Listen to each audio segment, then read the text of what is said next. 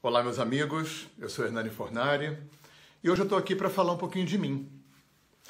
Muita gente tem me pedido para que eu pudesse compartilhar um pouquinho da minha história, da minha jornada. Eu vou fazer 64 anos agora no início de 2020 e tem bastante quilometragem rodada aí. Então eu vou estar aqui compartilhando com vocês um pouquinho do que eu vivi, do que aconteceu na minha vida. E até aos 19 anos eu queria ser músico. A música me acompanha desde sempre, inclusive por isso eu quis gravar esse vídeo aqui dentro do meu estúdio. Para um adolescente como eu, de classe média, da zona sul do Rio de Janeiro, como eu fui, naquela época você tinha três possibilidades. Ou você ia ser o que a gente chamava de playboy, né? Você ia seguir a moda, as músicas de consumo, e depois você ia desenvolver, né? Levar a sua vida dentro do que a gente chamava, né? Do esquema do sistema. Ou você ia aderir ao movimento de enfrentamento à ditadura. Eu tive muita gente em volta de mim que entrou para a luta armada.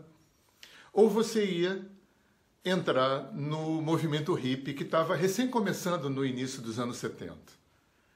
E embora eu tivesse sempre a preocupação de estar antenado e consciente e atento a esse movimento, né, de confronto com a ditadura de alguma forma, eu resolvi entrar naquilo que a gente chamava naquele tempo de sexo, drogas e rock and roll, né, no movimento hippie que estava acontecendo, que tinha um foco muito grande na mudança de costumes, na expansão da consciência, né, na exploração de novas possibilidades psicológicas e espirituais, e assim foi. Aos 19 anos eu passo para a faculdade e fui fazer a viagem que a galera riponga fazia na época, que era ir para Corumbá, pegar o trem da morte e subir os Andes até Machu Picchu. No meio do caminho, eu escuto falar, e falar bastante, de um paraíso na Serra da Mantiqueira, no estado do Rio, Minas Gerais, chamado Visconde Mauá. Aquilo ficou no meu ouvido. Quando eu voltei para o Rio, eu entrei para a faculdade. No primeiro feriado, eu vou conhecer Visconde Mauá. E isso foi um amor à primeira vista, assim, avassalador, né? Para quem conhece Visconde Mauá hoje, imagina como era Visconde Mauá em 1974. Larguei tudo, faculdade, tudo, e fui morar em Visconde Mauá. E ao entrar em Visconde Mauá, eu entro também nessa nova onda que estava se formando no Brasil, que era a onda alternativa. A macrobiótica, a alimentação natural, as terapias naturais, as comunidades alternativas, yoga, meditação, tudo isso começando. E eu faço essa passagem do sexo, drogas e rock and roll do mundo hippie para esse mundo alternativo. E uma das coisas que eu acabo fazendo em Mauá foi ter o primeiro restaurante natural de Visconde Mauá.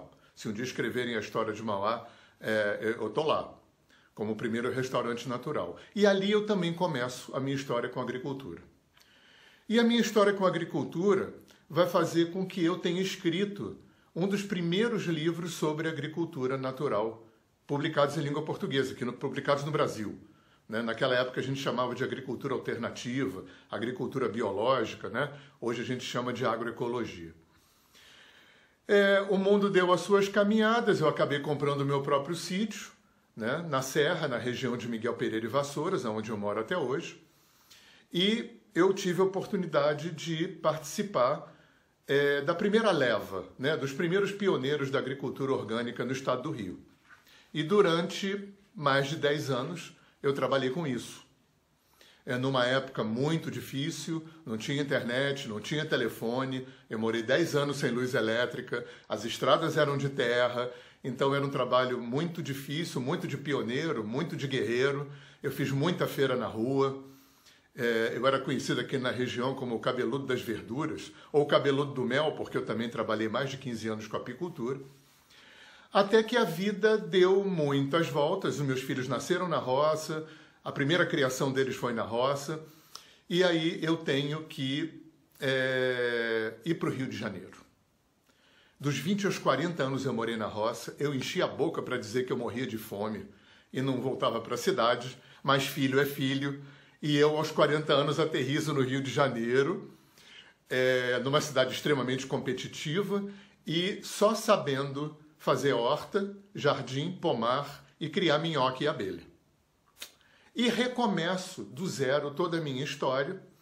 E uma coisa foi muito importante, né, para salvar a minha vida nesse sentido. Foi que, paralelamente a toda essa atividade rural e ecológica e agrícola, eu sempre tive, como eu falo de brincadeira, um pé profundamente atolado na jaca da Índia. Aos 18 anos, eu faço pela primeira vez uma experiência com Hatha Yoga. Aos 18 anos, eu experimento pela primeira vez comida macrobiótica. E daí para frente, a minha história foi uma história de um intenso aprofundamento na cultura da Índia, como estudante, como praticante, como pesquisador, né, na área de yoga, de Vedanta, de Ayurveda, de yoga terapia. E quando eu aterrizo no Rio, aonde essa minha atividade agrícola tinha pouca função, mas na verdade não tinha, eu vou falar isso daqui a pouco, eu começo a desenvolver uma coisa que eu jamais pensei na minha vida que eu ia fazer, que era ser um profissional de Índia. E começo a fazer formações. Na área de yoga, eu trabalhei com yoga e com yoga terapia por mais de 15 anos. A minha primeira formação foi na Associação Brasileira de Profissionais de Yoga. Essa associação foi a primeira associação de ensino no Brasil e a primeira associação que teve o seu curso autorizado pelo governo. E eu tive o privilégio de participar da elaboração desse currículo. Assim que eu terminei a minha formação nessa instituição, eu fui convidado para dar aula. Durante 2 mandatos eu fui vice-presidente e por 5 anos eu fui professor de 2 a 3 matérias, dependia do ano, no curso de formação de professores de yoga. Paralelamente a isso, eu estava falando da agricultura, eu tive a oportunidade de ser sócio fundador da primeira ONG que trabalhou com agricultura orgânica no Rio de Janeiro, que foi a Conatura. E quando eu cheguei no Rio, o pessoal da Conatura soube que eu tinha voltado para a cidade, eu fui convidado para trabalhar com eles. E por 4 anos eu trabalhei nessa ONG, no começo como gerente e os 2 últimos anos como diretor. Foi uma forma de manter o meu coração ligado um pouco com essa coisa da terra. E fiz muitas formações de yoga, fiz muitas formações de yoga terapia. Meu querido Joseph LePage, que ficou muito meu amigo, hoje ele tem um trabalho fantástico em Garopaba, o maior centro de yoga e de Ayurveda da América Latina, Montanha Encantada. Fiz formações na área de Tantra com o meu querido e amado Paulo Murilo Rosas. Entrei na área de massoterapia com Luiz Otávio Reis, um pioneiro de massagem ayurvédica no Rio de Janeiro. Massagem bioenergética com Ralph Viana. O Ralph depois veio a ser meu sócio por 10 anos no Espaço Saúde, que foi um espaço referência de yoga e terapia no Rio de Janeiro, onde eu fui co-proprietário durante 10 anos. E durante mais de 10 anos eu fui massoterapeuta, fui professor de massoterapia. Depois entra o renascimento na minha vida, meu querido Vassante, meu querido Achara, que Deus o tenha em muito bom lugar. Foram meus 2 mestres de renascimento e de respiração holotrópica, e desde então eu trabalho com essas terapias. E em 2003, o alinhamento energético entra na minha vida pelas mãos da Mônica Oliveira. Durante 5 anos eu trabalho com essa terapia no Brasil e na Europa. E quando a minha parceria com a Mônica terminou, eu continuo, né, até hoje com o meu trabalho de alinhamento energético. Eu tive a oportunidade de escrever os 2 primeiros livros sobre essa terapia em língua portuguesa, publicados no Brasil. E hoje eu dou esse curso por todo o Brasil. Eu sou uma das referências nesse trabalho no Brasil. Em 2010 entra constelações sistêmicas na minha vida, né? Em 2008 eu me caso com a Gabriela Carvalho. Durante muitos anos nós trabalhamos juntos. Hoje a Gabriela especializou o trabalho dela com constelação familiar. Ela desenvolveu uma técnica onde ela integrou o alinhamento energético com constelações sistêmicas e ela chamou de constelações sistêmicas dinâmicas.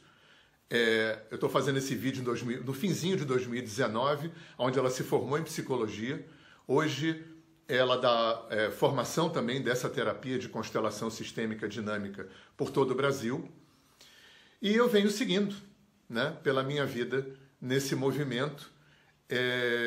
Há 6 anos eu consegui voltar a morar na roça de novo, né? Eu morei 15 anos no Rio de Janeiro e há 6 anos eu moro num sítio. E como eu estou aqui no meu estúdio, eu queria também falar da minha história musical. E desde sempre, né, aos 19 anos, quando eu desisto de ser músico profissional, a música continua na minha vida.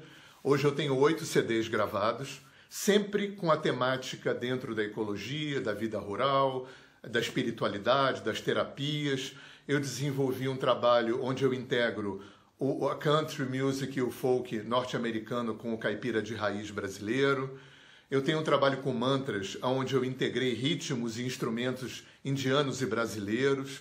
E tudo isso você encontra nas plataformas de streaming. Se você colocar Hernani Fornari no Google, você acha o meu website, você acha os meus livros. Os meus livros todos estão na Amazon. Você encontra os meus livros, os que estão da fase agrícola e ecológica, os que estão esgotados, você encontra no estante virtual. E a minha música você encontra em todas as plataformas de streaming. Você me encontra no YouTube, no Deezer, no Spotify, no Google Music, na Amazon, na Apple, no iTunes, né? Então botou Hernani Fornari, você também me encontra no Facebook, no Instagram, e ali você encontra também os meus telefones de e-mail, inbox de Facebook. Você pode entrar em contato comigo, que vai ser um prazer. Foi muito bom poder compartilhar um pouco da minha história com vocês, né? É bom quando a vida é divertida, é bom quando a vida tem uma biografia grande, né? Isso não nos torna melhor do que ninguém, mas torna pra gente uma vida interessante, né? Você pode olhar para trás e falar, pô, né, quanta coisa. E olhar para o futuro e falar que bom que eu tenho uma boa pavimentação para poder continuar. Ok? Um grande abraço, tudo de bom.